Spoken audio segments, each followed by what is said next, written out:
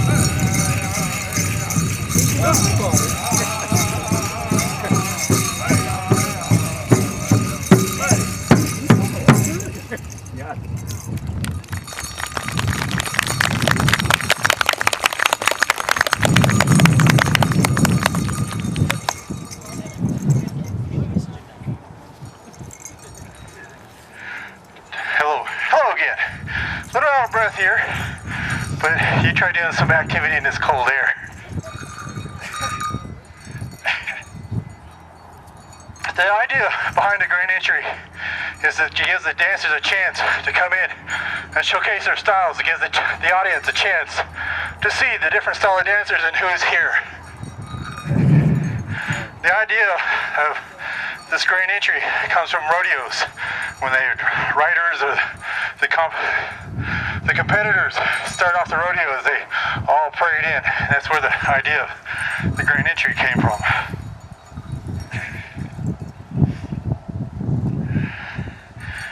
And Want to see how far we can get with our little show here before the sun sets. But we're going to bring to you a variety of different dancers. First dancer we're going to bring to you is my daughter Alexa.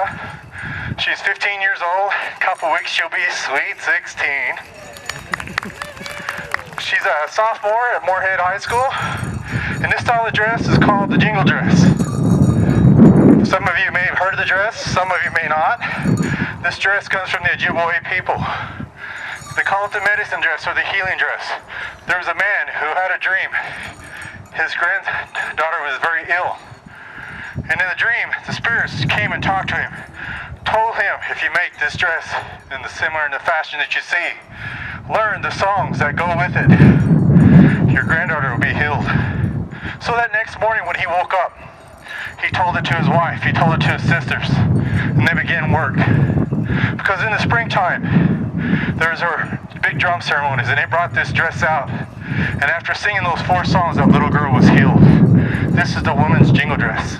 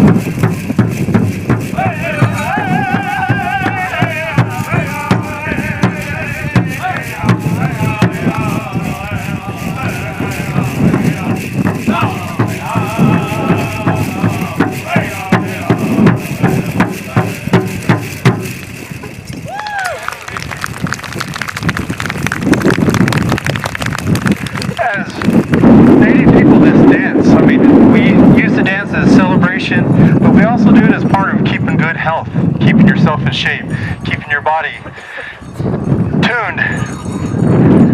Because you can do a lot of things to mess up your body, but exercise is one of the things that can get your body back in line. And as this dances go, we involve everybody, whether you're just a couple years old or you're 90 years old. There's no age limits to being able to dance. As children, we try to teach them to dance as soon as they can walk. And by going and participating in powwows, they see that, and they want to participate. The next dancer we're going to bring out is my son, Anthony.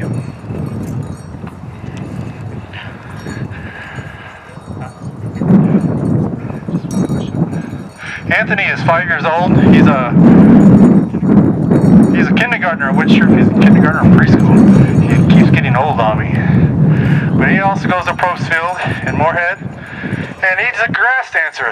The grass dancer is one of the oldest styles of dance. Different tribes have societies based on the grass dance. As they went into their new camps, they didn't have the luxury we have today of lawnmowers or weed eaters. They had grass dancers. The grass dancers would go out. The men would sing songs for these grass dancers, and they would smash down the grass. What they do with one foot, they would do with the other. They would try to mirror those images, like good and the bad, the yin and the yang. This is the grass dance.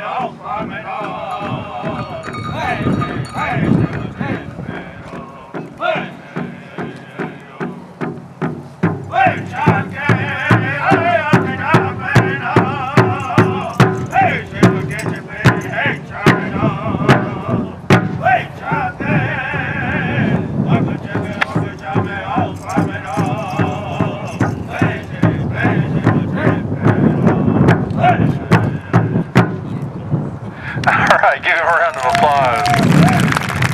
Takes a lot of nerves for a little one to get up there in front of all these people looking at you. The next dancer we're going to bring out is my daughter Amber.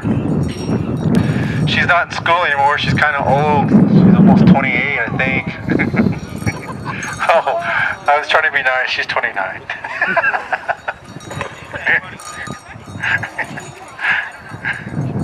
Anyways, the style of dance that Amber dances is they called it the washboard. And if you saw her as she was dancing during entry, she was moving up and down, and she was hopping, and they're moving her arm. That's like the movement that they used to do when they washed their clothes on washboards. This dance comes from the Winnebago or the Whole Chunk people from Wisconsin, and this is part of their woodland style of dance. This is the woman's washboard.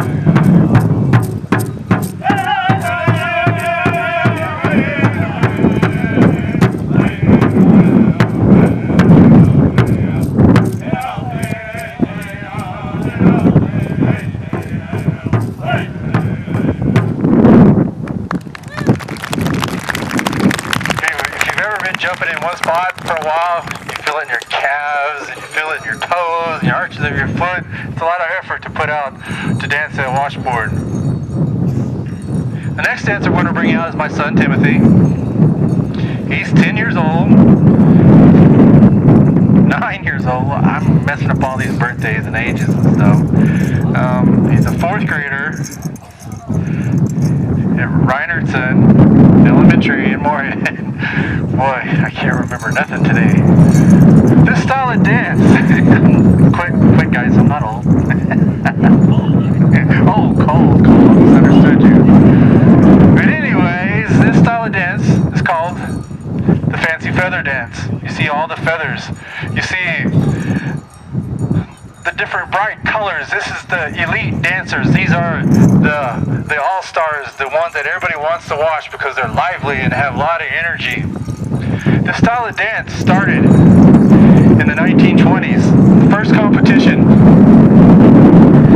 was held in Lawrence, Kansas. A long time ago, different dancers, different people would travel around with the Wild West shows, Wild Bill, and the different ones that put on the performance around these areas here, all across the world. And the different dancers kind of got into a little discussion. I'm better than you. No, I think I'm better than you. And then pretty soon it escalated and they had that very first competition. This is the men's fancy feather.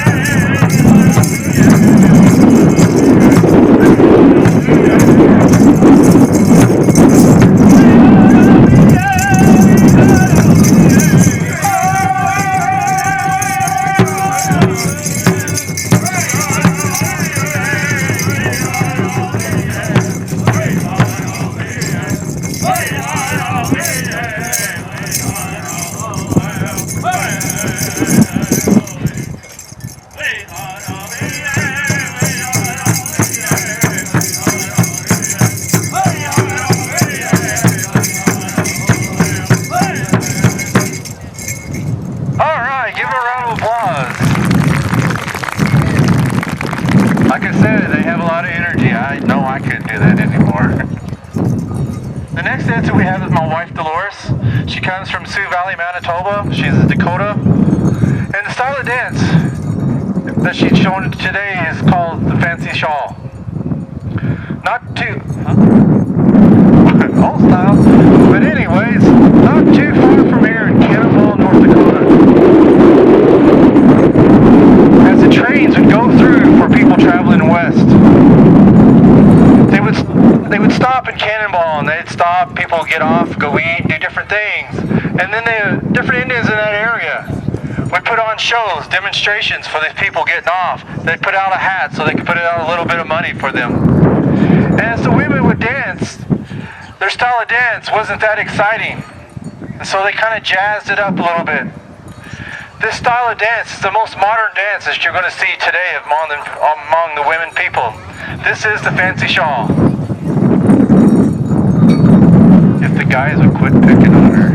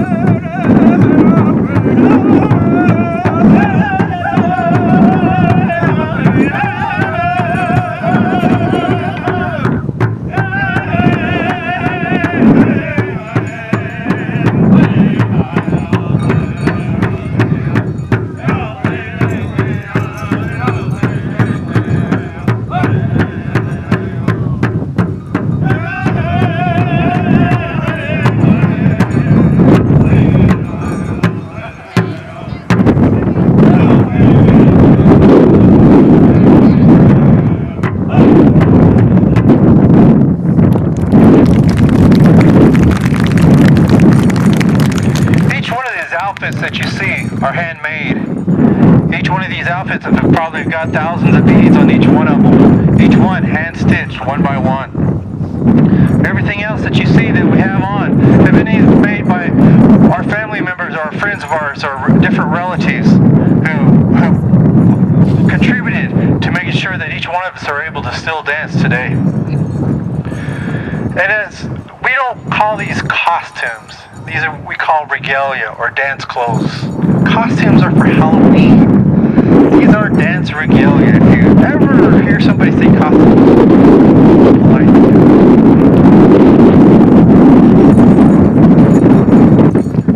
The next style of dance I will be presenting to you is called the men's prairie chicken. My name is Mike Gabbard. I'm a Delaware. I'm originally from Oklahoma. I make my way up here because my wife and I are kind of centrally located between our homes. I work for the state of North Dakota. I'm a computer programmer. And the style of dance that I'm going to show you is called the prairie chicken. And a prairie chicken is a very arrogant, very proud bird. So he crawled up to the top of the hill. And as he looked over the hill, he saw prairie chickens dancing. He saw them. And so he took his arrows and he shot them.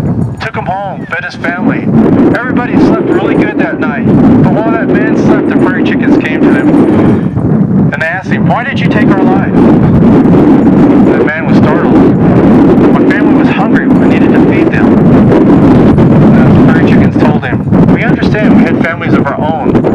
We know what it's like to be concerned and worry about feeding them. We gave you something today.